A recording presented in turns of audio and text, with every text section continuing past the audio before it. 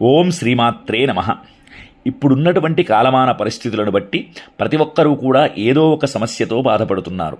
కొందరు ఆరోగ్య సమస్యలతో, మరికొందరు వృత్తి వ్యాపార సమస్యలతో, మరికొందరు ఆర్థిక సమస్యలతో, మరికొందరు కుటుంబ సంతాన సమస్యలతో, రకరకాల సమస్యలతో బాధపడుతున్నారు.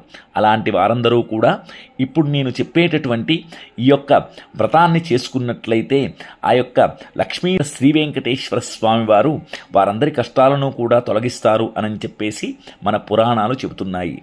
ఈ యొక్క శ్రీ వెంకటేశ్వర వ్రతకల్పం అనేటటువంటి పుస్తకాన్ని తీసుకొని ఈ వ్రతాన్ని భక్తి శ్రద్ధలతో ఎవరైతే చేసుకుంటారో వారందరి ఇంట సకల సౌఖ్యాలు సకల సుఖాలు అనుభవిస్తారు అని చెప్పేసి పురాణాలు చెబుతున్నాయి.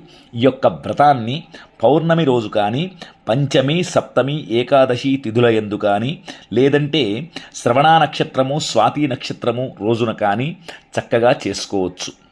ఓం శ్రీమాత్రే నమః.